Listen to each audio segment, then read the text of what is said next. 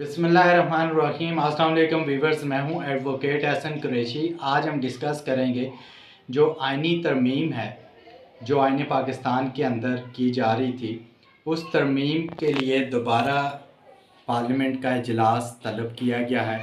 Parliament का इजलास दोबारा किस डेट के लिए तलब किया गया है, क्या इस दफ़ा आइनी तरमीम मुमकिन हो सकेगी या नहीं, मौलाना फजल रहमान साहब का क्या किरदार होगा और कौन सी आइनी रुकावट है जो दूर हो जाएगी इस दफ़ा आइनी तरमीम करने में। इसके ऊपर आज हम डिस्कस करेंगे।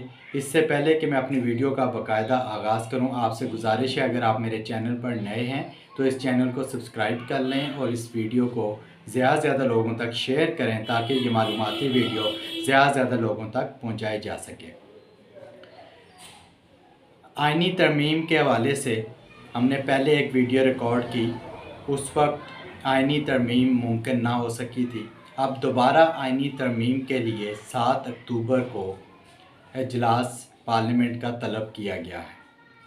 उससे पहले जो बहुत बड़ी आइनी रुकावट है आइनी तरमीम के हवाले से, वो आर्टिकल 63A के ऊपर जजमेंट है जो 2022 में सुप्रीम कोर्ट के 5 रुकनी लार्जर बेंच ने दी थी।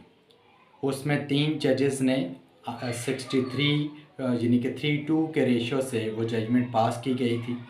उस जजमेंट के में जो सबसे बड़ी रुकावट थी जो जो MNAs या सेनेटर्स के लिए थी, वो ये थी कि कोई भी MNA या सेनेटर पार्टी पॉलिसी के अगेंस्ट जाकर वोट कास्ट करता है तो उसका वोट काउंट नहीं किया जाएगा। ना सिर्फ काउंट किया जाएगा, उसका वोट काउंट नहीं किया जाएगा। सिर्फ इतना ही नहीं बल्कि जो पार्टी हेड है वो प्रिजाइडिंग ऑफिसर को, चाहे इलेक्शन कमीशन हो, प्रिजाइडिंग ऑफिसर नेशनल असम्बली का या सेनेट का, उसको उस रुकन के हवाले से, उसकी नाअहली के हवाले से, उसको डिसक्वालीफाई करने के हवाले से एक लेटर लिखेगा और उसके साथ ही एक कापी जो है वो इलेक्शन कमीशन को भेजेगा और उसको नाअहल भी करवाया जाएगा।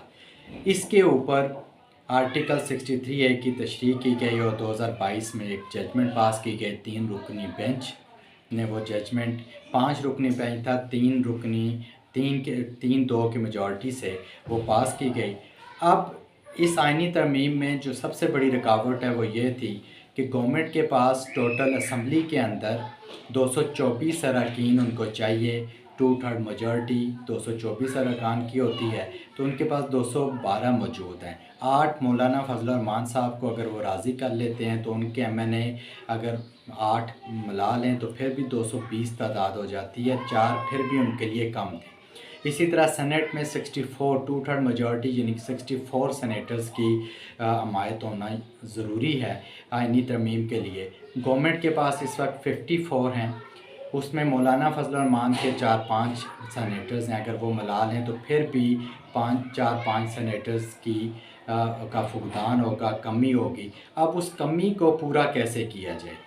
आम रूटीन में तो ये होता था कि किसी PTI के जो उम्मीदवार हैं, जो MNAs एंड सेनेटर्स, उनको ख़रीद कर और 2/3 मेजॉरिटी पूरी की जाती, मगर उनकी राह में भी आइनी रुकावट थी जो फ़ैसला जिसका मैंने ज़िक्र किया। अब उस आइनी रुकावट को 30 सितंबर का उसके ऊपर ऑलरेडी बेंच तश्कील दिया जा चुका है, उसकी रिव्यू दायर है, रिव्यू का केस फिक्स हो जाएगा और मेरी अपनी राय ये है कि उसको वो ख़त्म कर देंगे और फिर वो जो वोट MNAs या सेनेटर्स वो पार्टी पॉलिसी के अगेंस्ट कहीं भी वोट डाल सकते हैं तो उसके वो आइनी जो रुकावट है उसको दूर करेंगे और फिर ये इधर उधर से ख़रीद के और अपनी आइनी जो उनकी मेजॉरिटी है वो 2/3 वो हासिल कर पाएंगे और फिर आइनी तरमीम को वो पास की जा सकती है। इस वक्त तक तो नामुमकिन नज़र आ रहा है, बट ये ज़्यादा चांसेस इसमें यही हैं कि मौलाना फजल रहमान साहब अगर राज़ी हो जाते हैं और आइनी तरमीम जो 63A की तशरीह अगर वो फ़ैसले को नल एंड वाइड डिक्लेयर कर दिया जाए तो फिर मुमकिन है। Thank you.